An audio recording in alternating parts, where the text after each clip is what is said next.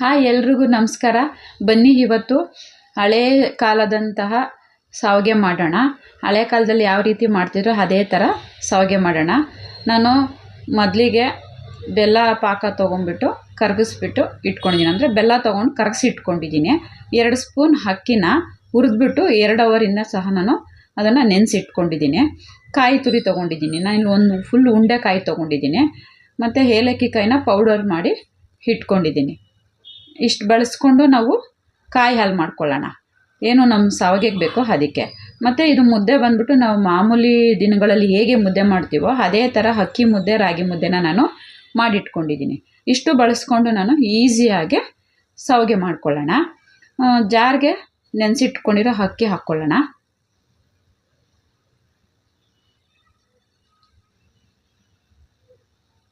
ಅದೊಂದು ರೌಂಡು ರುಬ್ಕೊಂಡು ಬಂದ್ಬಿಡೋಣ.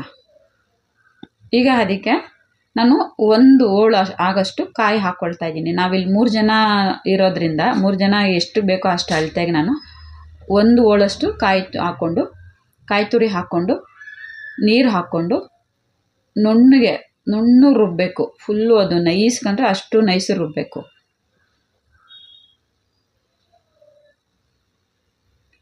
ರೆಡಿ ಇದೆ. ಇದೊಂದು ಪಾತ್ರೆಗೆ ಹಾಕ್ಕೊಳ್ಳೋಣ.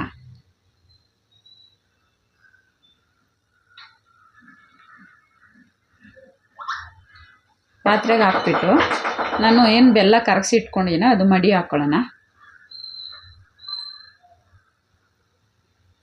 ಯಾಕಂದರೆ ನಾನು ಯಾವಾಗಲೂ ಅದನ್ನು ಕರಗಿಸ್ಬಿಟ್ಟು ಇಟ್ಕೊಂಡಿರ್ತೀನಿ. ಕಾಫಿ ಟೀಗೆಲ್ಲ ಹಾಕೋದಕ್ಕೆ ಈಸಿ ಆಗುತ್ತೆ ಅಂತ. ಅದಕ್ಕೆ ನಾನು ಅವಾಗ ಸೋಸಿಲ್ಲ, ಇವಾಗ ಸೋಸ್ಕೊಳ್ತಾ ಇದ್ದೀನಿ.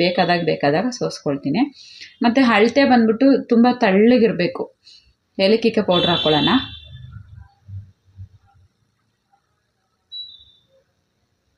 ನೋಡಿ, ಇಷ್ಟು ತೆಳ್ಳಗಿರಬೇಕು. ಇದನ್ನು ನಾವು ಒಬ್ಬಟ್ಟಿಗೆ ಸಹ ಬಳಸ್ತೀವಿ. ಈಗ ಅದನ್ನು ಒಂದು ಸೈಡ್ ಕುದಿಯೋದಕ್ಕೆ ಇಟ್ಕೊಂಡಿದ್ದೀನಿ. ಈ ಕಡೆ ಬಂದುಬಿಟ್ಟು ಶಾವಿಗೆ ಮಾಡ್ಕೊಳ್ಳೋಣ. ನಾನು ಮನೇಲಿ ಏನು ಚಕ್ಲಿ ಒಳಿದೆಯೋ ಅದನ್ನೇ ಬಳಸ್ಕೊಂಡು ಎಷ್ಟು ಚೆನ್ನಾಗಿ ಬರುತ್ತೆ ಅಂದರೆ ಅಷ್ಟು ಈಸಿಯಾಗೆ ನಾವು ಶಾವಿಗೆ ಮಾಡ್ಕೊಳ್ಳೋಣ. ಇದನ್ನೇನು ಬೇಯಿಸ್ಬೇಕು ಮತ್ತು ಸ್ಟೀಮಲ್ಲಿ ಇಡಬೇಕು ಅಂತ ಏನಿಲ್ಲ. ನಮ್ಮ ಮನೆಗಳಲ್ಲೆಲ್ಲ ನಾವು ಹಾಗೆ ತಿಂತೀವಿ. ನಮ್ಮ ಮಗಳೇನೋ ಇಲ್ಲ, ನಾನು ಆ ಥರ ಐತೆ, ನಾನು ಅದನ್ನು ತಿನ್ನಲ್ಲ ಅಂತಿದ್ಲು. ಸುಮ್ಮನೆ ಅವಳು ಮನಸ್ಸನ್ನ ತೃಪ್ತಿಗೋಸ್ಕರ 2 ನಿಮಿಷ ಇದನ್ನು ನಾನು ಕುಕ್ಕರಲ್ಲಿ ಸ್ಟೀಮ್ ಮಾಡ್ತಾಯಿದ್ದೀನಿ.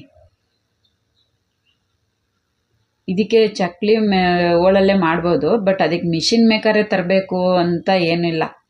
ಈಸಿಯಾಗೆ ಮನೇಲಿರೋವಂಥ ಚಕ್ಲಿ ಮೇಕರಲ್ಲೇ ನಾವು ಮಾಡ್ಬೋದು. ನೋಡಿ ಎಷ್ಟು ಚೆನ್ನಾಗಿ ಬರ್ತಿದೆ.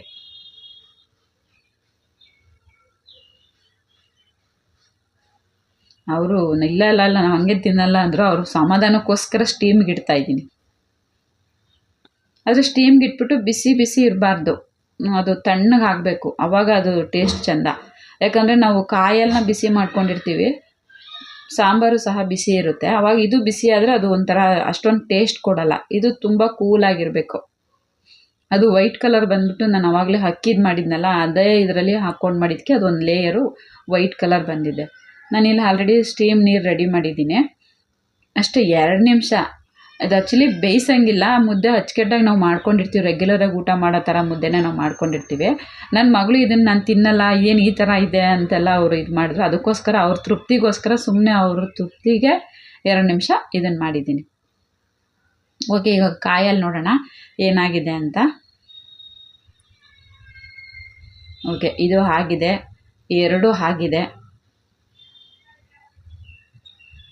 ನಾವು ಇದನ್ನು ಬಂದುಬಿಟ್ಟು ಸಂಕ್ರಾಂತಿ ಟೈಮಲ್ಲಿ ಮಾಡ್ತಾರೆ. ನಮ್ಮ ಅಜ್ಜಿ ಮನೆಗಳಲ್ಲಿ ಇದನ್ನು ಮಾಡ್ತಿದ್ರು.